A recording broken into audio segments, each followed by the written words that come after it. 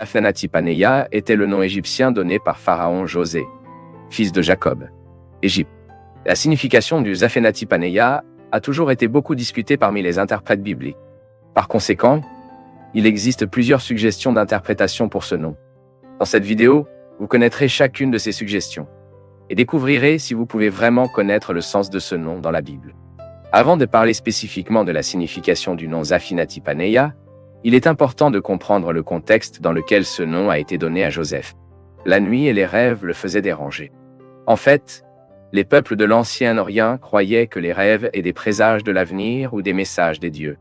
Le texte biblique dit également que Pharaon a convoqué tous les sorciers et sages de l'Égypte, mais aucun d'eux n'a pu interpréter leurs rêves. C'est alors que Pharaon connaissait José grâce à la tête du tribunal, et a rapidement ordonné que Joseph soit amené de prison et placé devant lui. Déjà en présence de Pharaon, Joseph l'a informé que la véritable interprétation d'un rêve ne pouvait être donnée que par Dieu. Après cela, Joseph a expliqué à Pharaon que ses rêves n'étaient qu'un seul rêve concernant l'avenir de cette terre. Dieu l'avait averti que la terre d'Égypte connaîtrait 7 ans d'abondance, qui seraient succédés par 7 ans de grande pénurie. Ensuite, José a informé Pharaon de ce qui devrait être fait, afin que l'Égypte puisse surmonter la crise qui approche. Ensuite, dans ce contexte, Pharaon a reconnu que la vie de Joseph était la puissance de Dieu et le mettait comme le deuxième homme le plus important en Égypte. Associé à cela, la Bible dit que Joseph a reçu le nom de Zaphénathi-Panéa et a épousé une femme égyptienne nommée Asénath, la fille de Potiphra, l'un des prêtres les plus éminents d'Égypte. Mais alors, quelle est la signification de ce nom Zaphénathi-Panéa? Eh bien, l'interprétation la plus populaire parmi les chercheurs est que le nom de Zaphénathi-Panéa signifie que Dieu parle et qu'il vit. Une variation de cette interprétation dit que le nom signifie que Dieu a dit « il vivra ». Certains interprètes juifs suggèrent également que ce nom signifie la révélation des secrets. Cette interprétation est même présente dans les Antiquités juives de Flavio Josefo. Et similaire à cette interprétation, c'est celle qui suggère que le nom de Zaphénathi-Panéa signifie celui qui sait des choses. D'autres commentateurs, à leur tour, soutiennent que la signification du nom Zaphénathi-Panéa était liée à la fonction désignée Joseph en Égypte. Ainsi, ils indiquent que la signification probable du nom égyptien est celle qui nourrit la terre des vivants. Mais il y a aussi d'autres suggestions d'interprétation pour le nom de Zaphénath-Panéa, comme c'est celui qui vit, ou le chef de la Sainte Société magicienne. Mais une partie de la difficulté de déterminer le sens du Zaphénathi-Panéa a à voir avec le fait que ce nom est la forme hébraïque du nom égyptien original. Et qu'est-ce que cela signifie? Cela signifie que ce nom est probablement une translittération d'un nom égyptien. Mais le problème est que tout nom égyptien n'a jamais été trouvé qui peut correspondre de manière appropriée à la forme hébraïque de Zaphénathi-Panéa.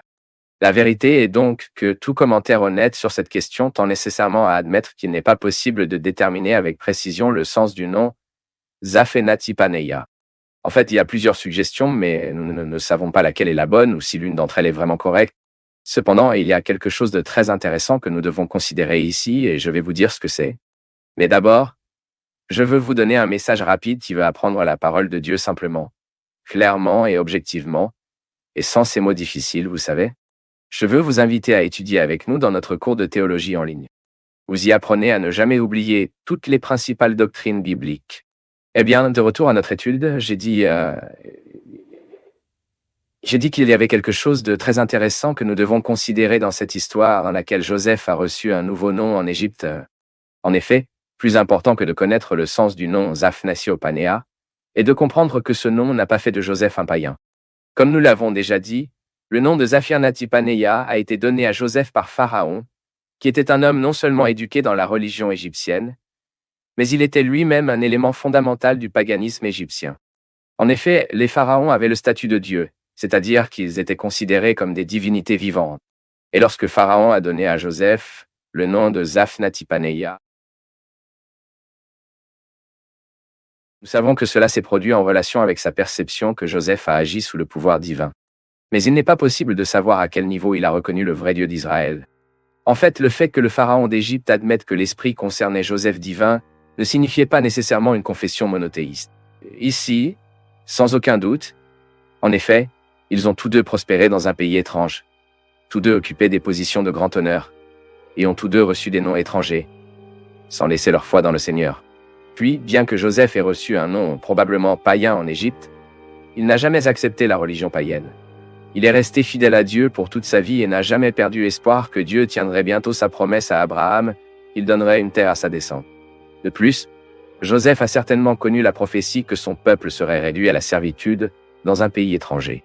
Pour ceux qui ne se souviennent pas, de nombreuses années avant que Joseph ne se retrouve en Égypte, Dieu a parlé à Abraham ce qui suit.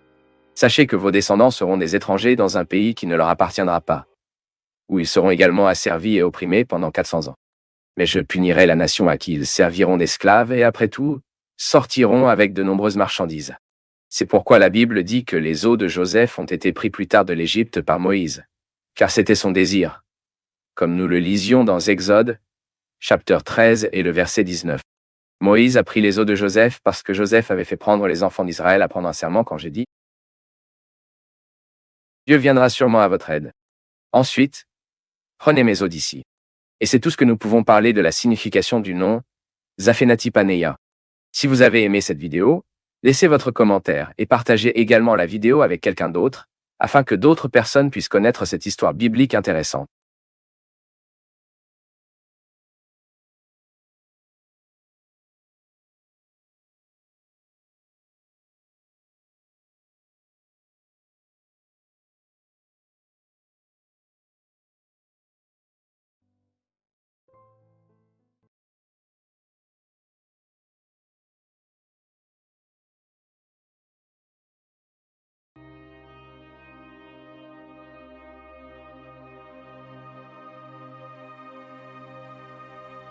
Michal était la plus jeune fille du roi Saül. L'histoire de Michal est devenue connue dans la Bible, surtout parce qu'elle est devenue la première femme de David. Et dans cette vidéo, vous comprendrez tout ce que la Bible dit sur qui était Michal. Le nom Michal signifie probablement qui est comme Dieu. Le texte biblique indique que le nom de la femme de Saül était Ainua. Et bien que Saül ait eu d'autres enfants avec au moins une concubine, Michal était très probablement la fille d'Ainua. Et la Bible dit que Michal avait une sœur aînée nommée Mérab. Et quand David a commencé à être acclamé en Israël après avoir vaincu le géant Goliath pour le pouvoir du Seigneur, le roi Saül a commencé à l'envier. Saül savait que Dieu était avec David, mais voulait toujours le détruire. De plus, lorsque Goliath défait toujours les Israélites, le roi d'Israël a promis de donner sa fille en mariage à l'homme qui pourrait vaincre le guerrier philistin. Et c'est dans ce contexte que le roi Saül considérait comme donnant à Mérab, la sœur aînée de Michal, en mariage avec David, à condition que David lutterait contre les Philistins, espérant qu'il serait blessé au combat. Initialement, David a refusé l'idée, affirmant qu'il n'était pas à la hauteur du fils du roi. En tout cas, pour une raison inconnue, Saül a également simplement changé d'avis et m'a remis un simple mariage avec l'autre homme. Ensuite, Saül a été informé que Michal, son autre fille, était tombée amoureuse de David. Et dans son esprit perturbé par la jalousie, il a aperçu que cette union puisse le favoriser. C'est parce que Saül a tracé un véritable piège en tant que condition afin que David puisse faciliter Michal. Encore une fois, David a envisagé de ne pas avoir le statut nécessaire pour appartenir à la famille du roi, mais à passion. Saül a écrit cette situation. Étant donné que David ne pouvait pas se permettre la dot pour la princesse, Saül a demandé comme une dot que David a tué et circoncis à 100 Philistins. De toute évidence, Saül croyait que David serait tué dans cette mission. Mais ce n'est pas ce qui s'est passé. En fait, David a non seulement survécu au plan de Saül, mais au lieu de tuer et de circoncire 100 Philistins, il a tué et circoncis 200 hommes ennemis. Donc, face à la bravoure de David, Saül n'avait pas d'autre choix que d'accepter David comme fils-in-law, et de cette manière, David et Michal étaient mariés et le jeune guerrier israélien a rejoint l'environnement de la cour d'Israël. Mais même après le mariage entre Michal et David, le roi Saül a continué à détester son propre fils-in-law. Le texte biblique informe clairement que Saül craignait David et l'avait ennemi.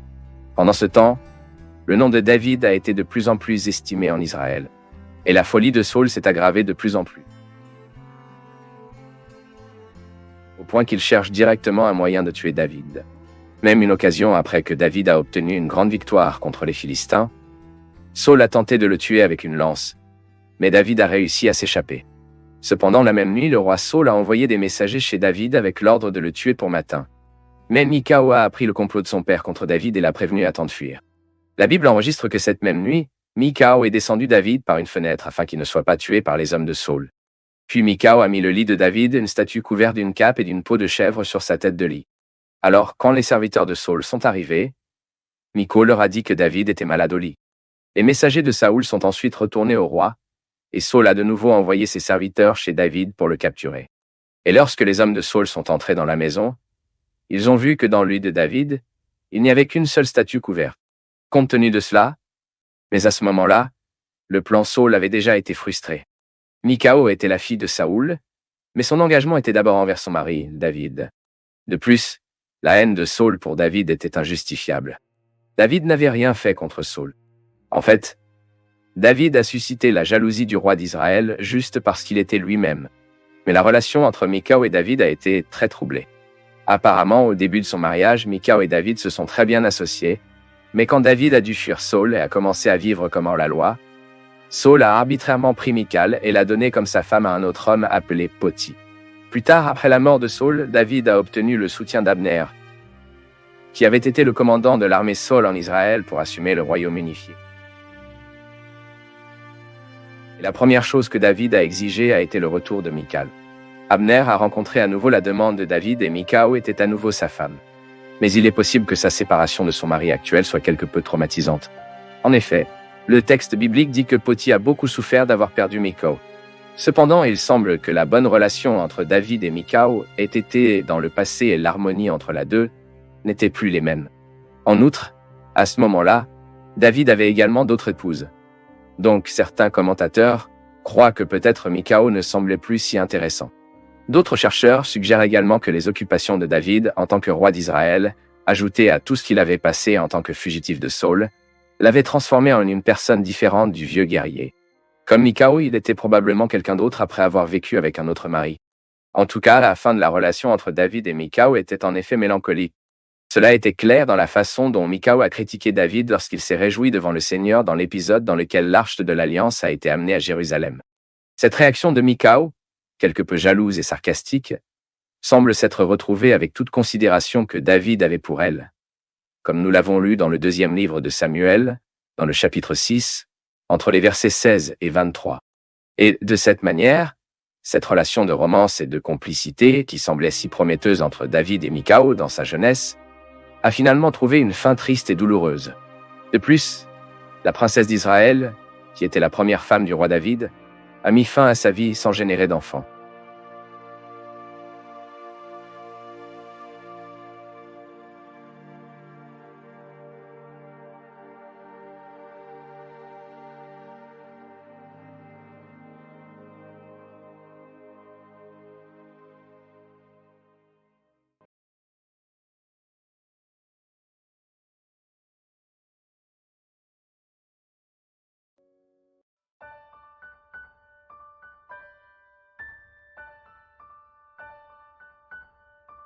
La Bible ne dit pas qui était la femme de Caïn, mais dit qu'en fait, Caïn s'est marié. Cela signifie alors que Caïn a certainement épousé l'un de ses proches parents, bien que la Bible ne dise pas son nom. Mais en fait, pour beaucoup de gens, cette question de la femme de Caïn représente un gros problème. Pourquoi? Parce que ces gens essaient d'utiliser le mariage de Caïn comme moyen de remettre en question la cohérence biblique, comme moyen de souligner une éventuelle contradiction dans le texte biblique. En ce sens, l'argument est construit essentiellement comme suit. La Bible déclare qu'Adam et Ève ont eu 2 enfants, Caïn et Abel. Le même texte biblique indique que Caïn a tué Abel. Sitôt, il ne restait que 3 personnes sur terre. Caïn, Adam et Ève. Ou plutôt, qui était la femme de Caïn si seul lui et ses propres parents existaient. Mais avant d'essayer de parler de la femme de Caïn, il est important de comprendre que la Bible fournit des informations qui assez pour résoudre facilement ce problème. Premièrement, en fait, Caïn a tué son frère Abel, mais le texte biblique n'informe pas de l'âge de Caïn quand cela s'est produit. Cependant, nous savons que lorsque ce crime s'est produit, les 2 frères Caïn et Abel étaient déjà des hommes formés et avaient des professions. Même il n'est pas impossible qu'à ce moment-là, ils avaient même fait une famille. Pourquoi? Parce qu'il convient de noter que lorsque la Bible parle de la femme de Caïn, elle ne dit pas exactement que Caïn a commencé à se rapporter à elle après être devenu un fugitif, mais parle simplement de la relation de Caïn avec sa femme qui a entraîné une grossesse.